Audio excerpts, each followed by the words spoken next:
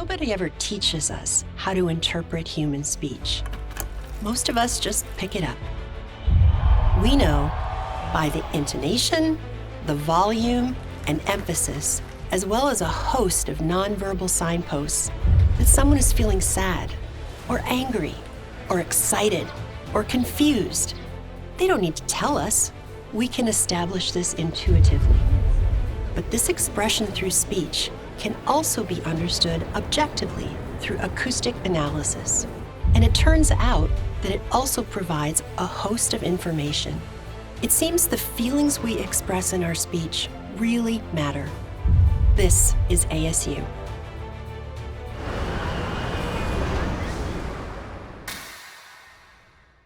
From the time we're infants, we understand and differentially respond to the acoustics of a spoken message, the way speech sounds. Imagine a mother holding her baby. Her lilting infant-directed speech with attention-grabbing variations in pitch and words spoken through a smiling mouth are positively perceived by the baby, reinforcing interaction, connection, and bonding. In contrast, mom's stern admonishment, spoken abruptly and loudly at a low pitch, evokes a negative response, a frown, even tears as the infant recognizes that mom is not happy. This innate ability to recognize human emotion from voice is critical for survival and navigating our social environments. And as the baby grows up, these skills of perceiving emotion from voice become more and more refined, such that the subtle cues associated with irony, sarcasm, and humor can be discerned from the acoustics of speech. Humans, and even other mammals, are exceptionally sensitive to acoustic cues of emotion. How many times have you asked a friend or family member how they're doing and distrusted their "I'm fine, thanks," because of how they say it? Maybe their intonation is flat or falling, or the interval between "I'm" and "fine" is milliseconds too long. It's just enough for you to perceive a discrepancy between their positive verbal message and their state of mind. Being able to analyze the emotion of others from the sound of their voices is reliant on the fact it's hard for most of us to fake emotions convincingly. Much as though I'd like to stop my voice from shaking while public speaking, I can't make it stop. While I can try to fake enthusiasm for a sushi dinner, those who know me well will sense my insincerity from how I'm saying "I'm in."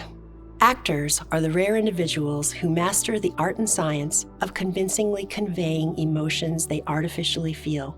But there are others of us who are unable to use these acoustic cues to infer emotion. Autism is marked by such deficits, as are mental health disorders such as schizophrenia. In fact, there's evidence that people who acquire Parkinson's disease become less proficient at inferring another's emotional state from the way they speak. This all points back to the neural substrates underlying emotion perception.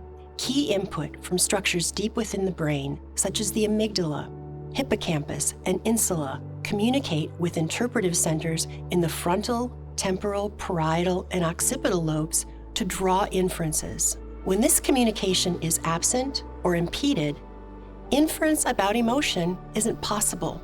These same people who have difficulty perceiving emotion from speech often have difficulty conveying emotion through their own speech. Others may perceive them as being bored, disengaged, uncaring, or aloof when their speech sounds monotone or abrupt.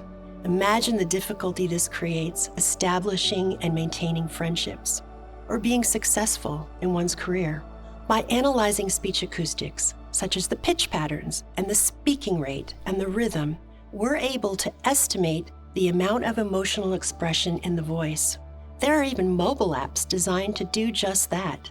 But they're more for entertainment than for clinical applications. Clinical-grade algorithms are being developed to help those with difficulty perceiving and expressing emotion in their voice by providing practice and feedback opportunities. For those with certain neurodevelopmental or other neurological disorders, it isn't a question of personal understanding or experience.